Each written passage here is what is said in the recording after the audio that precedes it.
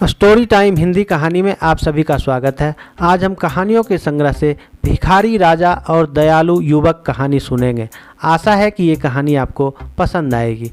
एक बार की बात है, प्राचीन भारत के एक राज्य में एक बहुत नेक दिल राजा राज करते थे। उस राजा की कोई संतान ना थी जिसे कि वह अपना उत्तराधिकारी बनाता। राजा बूढ़ा होता जा रहा था। वह एक सुयोग्य उत्तराधिकारी चुनना चाहता था ताकि उसका राज सुरक्षित रहते हुए समय के साथ और समृद्ध होता रहे।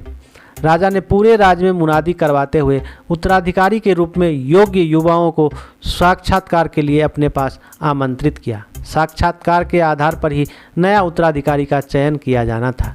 उम्मीदवारों के लिए सिर्फ एक शर्त थी कि उसके दिल में अपने देशवासियों के प्रति अगाध प्रेम होना चाहिए।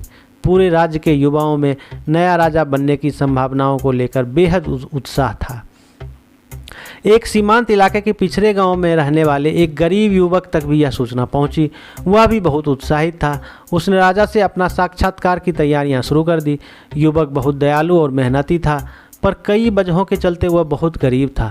उसके पास राजा के पास साक्षात्कार के लिए जाने के लिए ठीक ठाक कपड़े तक ना थे। युवक ने बहुत मेहनत से काम करते हुए थोड़े ज़्यादा पैसे कमाए ताकि वह कुछ कपड़े खरीद सके। कपड़ों के साथ उसने खाने पीने का ज़रूरी सामान भी खरीदा ताकि वह राजा के महल तक की लंबी यात्रा पूरी कर सके। नए कपड़े पहनकर और खाने पीने का सामान एक पोटली में बांधकर युवक ईश्वर का नाम लेकर लंबी यात्रा पर निकल पड़ा। वह कई दिनों तक पैदल चलता रहा और अंततः महल के बहुत करीब पहुंच गया।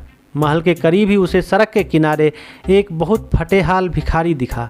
वह फटे कपड़ों में ठंड से कांप रहा था। युवक को देखकर भिखारी ने अपने हाथ फैलाए और मदद की याचना की। वह कपकपाती आवाज़ में बोला, मुझे बहुत ठंड लग रही है और मैं बहुत भूखा भी हूँ। साहब, मेरी कुछ मदद करो।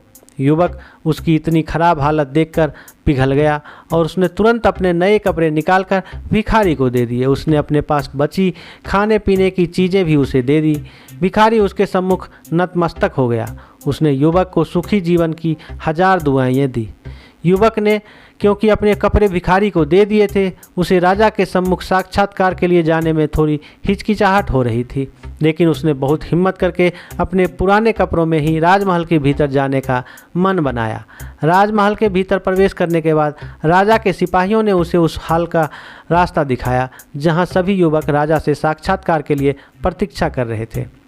यात्रा की थकान मिटाने के लिए दिए गए थोड़े से वक्त में आराम कर लेने के बाद उसे उस कक्ष में ले जाया गया जहां राजा एक एक कर सभी युवा उम्मीदवारों से साक्षात्कार कर रहा था।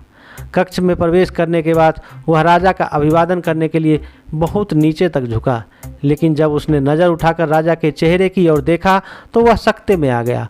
उसे राजा का चेहरा पहचाना सा लगा और तब उसे याद आया कि यह चेहरा हूबहू उस भिखारी के चेहरे से मिलता था जिसे उसने अपने नए कपड़े और खाने पीने की चीज़ें दी थी।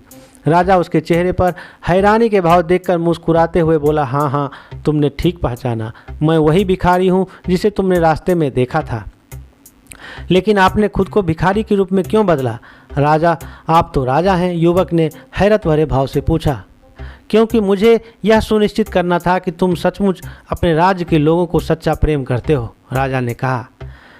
मैं जानता था कि अगर मैं तुम्हारे सम्मुख राजा के रूप में आता तो तुमने मुझे प्रभावित करने के लिए कुछ भी किया होता, लेकिन तब मैं तुम्हारे दिल की सच्चाई नहीं जान पाता कि वह वस्तुतः कैसा है।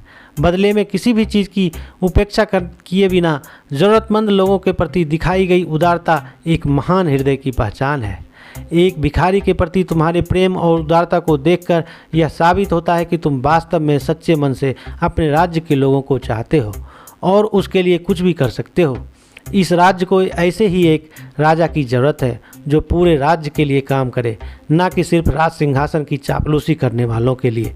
तुमने साबित किया कि मेरा उत्तराधिकारी बनने के लिए तुम ही सबसे उपयुक्त उम्मीदवार हो, राजा ने मुस्कुराकर युवक की पीठ पर हाथ रखते हुए कहा। यह कहानी आपको कैसी लगी हमें कमेंट्स में बताएं और चैनल को सब्सक्राइब करें। धन्यवाद।